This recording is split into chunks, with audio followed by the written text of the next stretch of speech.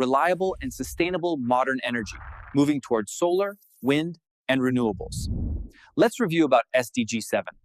All right, let's talk about something huge. The world has this incredible goal to get clean, affordable energy to every single person on the planet. But what happens when trying to achieve that goal actually backfires and creates an even bigger crisis? I mean, think about this for a second. It sounds completely backwards, right? How could adding more power generation possibly make an energy crisis worse? Well, that's the exact paradox we're going to unpack today, and it reveals a fascinating and pretty worrying story. Okay, so first, we need to get on the same page about the big picture. It's called Sustainable Development Goals 7, or SDG 7 for short. And you've got to understand, this isn't just some vague idea. It's a very real, very ambitious global roadmap for how we're supposed to power our world by 2030. So, what exactly is this mission? Well, it really boils down to three main things. First, get electricity and clean ways to cook to everyone, no exceptions. Second, go all in on renewable energy, a huge, massive increase. And third, get way smarter about how we use power by doubling our energy efficiency. It's the dream scenario, right? And that brings us to our case study, Pakistan. Now, if you just look at the headlines, you might think things are heading in the right direction. They're building more power plants, their total capacity is going up. But that's where the story gets complicated, because underneath that surface, a really deep crisis is brewing. And this, right here, is the paradox in a nutshell. On paper, you see more capacity. Awesome. But in reality, for millions of people, it means a system that's completely unaffordable, buried in debt, and just not sustainable. So to really get it, we're going to break this down into three parts.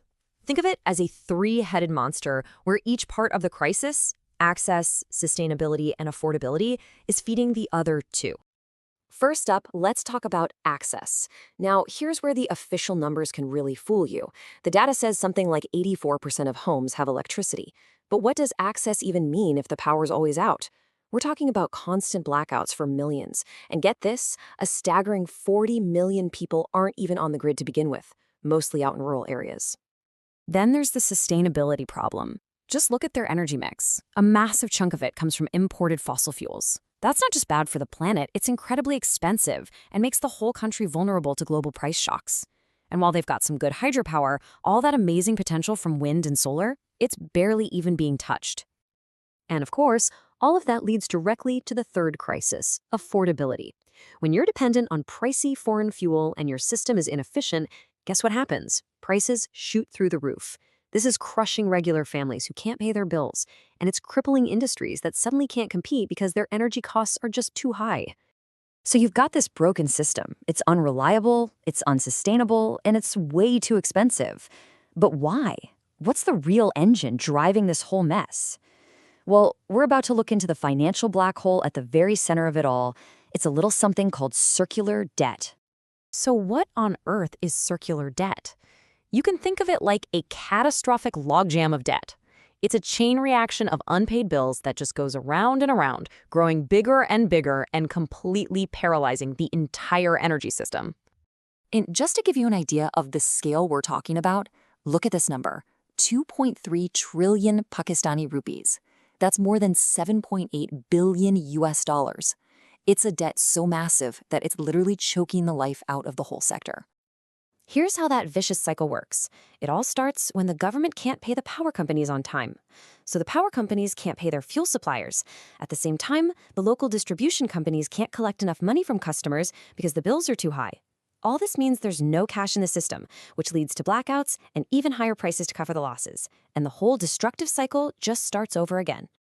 Now, here's the part of the story that is just so frustrating.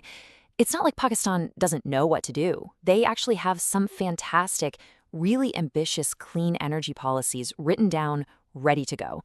The vision for a better future is there. I mean, just look at this. They have a policy from 2019 that aims to get 30% of their power from renewables by 2030.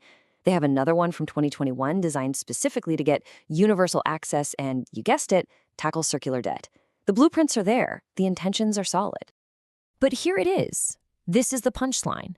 The villain of our story, that giant spiraling monster of circular debt, is the roadblock that stops everything. It starves these amazing plans of the one thing they need to actually happen: investment. You just can't build a green energy future when your entire financial system is broken. So let's pull back and look at the big picture again.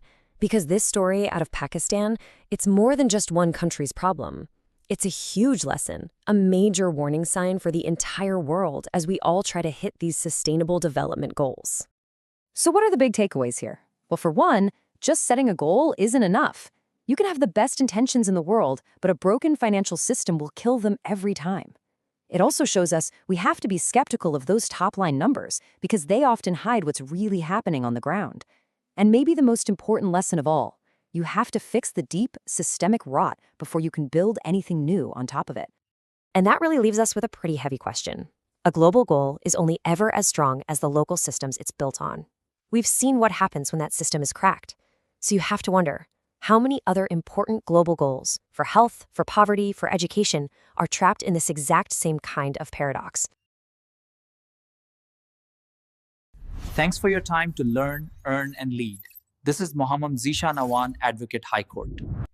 To join Vision 2047, please register with us and be part of the transformation.